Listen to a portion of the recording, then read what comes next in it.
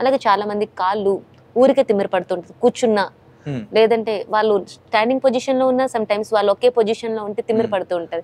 దీనికి కూడా ఏమైనా మనకి కాళ్ళు లోపల ఉన్న ఏదైనా నర్వ్స్ వల్ల ప్రాబ్లం వస్తుందంట? That's the thing. ఇప్పుడు ఎక్కువసేపు నించున్నప్పుడు ఒక మనిషి అంటే మామూలుగా కామన్‌గా మేము ఏం అడుగుతామంటే ఫీమేల్స్‌లో ఉన్నప్పుడు మీరు వంట చేసినప్పుడు కూర మొత్తం అయ్యే వరకు నించోగలుగుతారా అని అడుగుతాం. చాలా మంది ఏం చెప్తారంటే సగం అయిన తర్వాత కూర్చొని మళ్ళీ నించుంటారు. వాళ్ళ ప్రాబ్లమ్ స్పైన్‌లో ఉంటుంది. కెనాల్ స్టెనోసిస్ అంటాం. అంటే వెన్నుపూసలో L5, L4, అక్కడ ఎక్కడి నుంచి అయితే నరాలు బయటకు వస్తాయి అక్కడ స్పేస్ తక్కువ ఉండటం వలన వీళ్ళు నించోగానే ఆ బోన్ అనేది కదులుతుంది. కదిలి దాన్ని పీక నొక్కినట్టుగా నొక్కేస్తుంది. సో దానివల్ల కొంతవరకు వాళ్ళు నించోగలుగుతారు. ఆ తర్వాత కాళ్ళలో మొద్దుబారిపోవటం, నించోలేకపోవటం, తిమ్మిలు రావడం, కూర్చోగానే మళ్ళీ ఆ స్పేస్ వెనక్కి వచ్చేస్తుంది. సో మళ్ళీ అది రివైవ్ అయిపోతుంది. సో ఆ టైప్ ఆఫ్ ఇష్యూ ఉంటుంది. మోస్ట్ ఆఫ్ ద టైమ్ ఇది స్పైన్ రిలేటెడ్ ఉంటుంది. రెండు కాళ్ళల్లో వస్తాయి.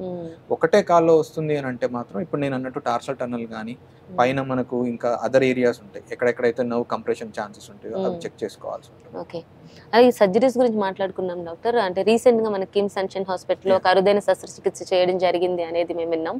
సో దీనికి సంబంధించి చెప్తారు.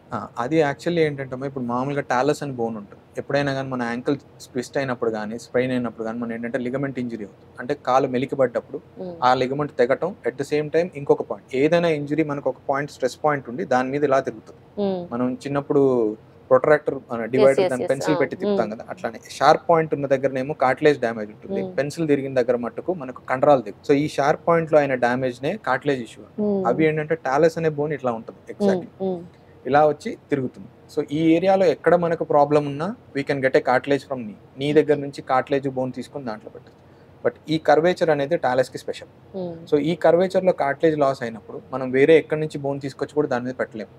సో దీనికోసం అని చెప్పి ఆ పేషెంట్ స్పెసిఫిక్గా ఆపోజిట్ సైడ్ సిటీ తీసుకొని, ఇప్సిలేటరల్ ఈ సైడ్ సిటీ తీసుకొని ఆయన ఎంతవరకు యాంగిల్ ఉండాలనేది కస్టమైజ్ చేసి దానికి ఒక ఇంప్లాంట్ తయారు చేశారు.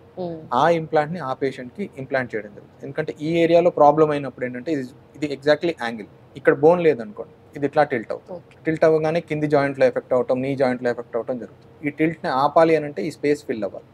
సో ఆ సర్జరీలో ఏంటి అని అంటే వన్ షాట్ మన కింద బోన్ వాయిడ్ ఫిల్ అవుతుంది, సేమ్ టైం కార్టిలేజ్ ప్లేస్ లో రీప్లేస్మెంట్ అవుతుంది. So all the balance will come అన్నట్టు ఆ డోమ్ కి కరెక్ట్ గా ఫిట్ అవుతుంది. So that was the recent advance.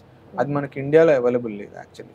ఆ సిటీస్ అన్ని తీసి మేము స్వీడన్ పంపించాం. స్వీడన్ పంపించినప్పుడు వాళ్ళు అక్కడ దాన్ని ఇచ్చేసి ఇంప్లాంట్ తయారు చేసి దాని స్పెసిఫైజ్డ్ జిగ్స్ తయారు చేసి మనకు మళ్ళీ ఇండియాకి పంపడం జరిగింది.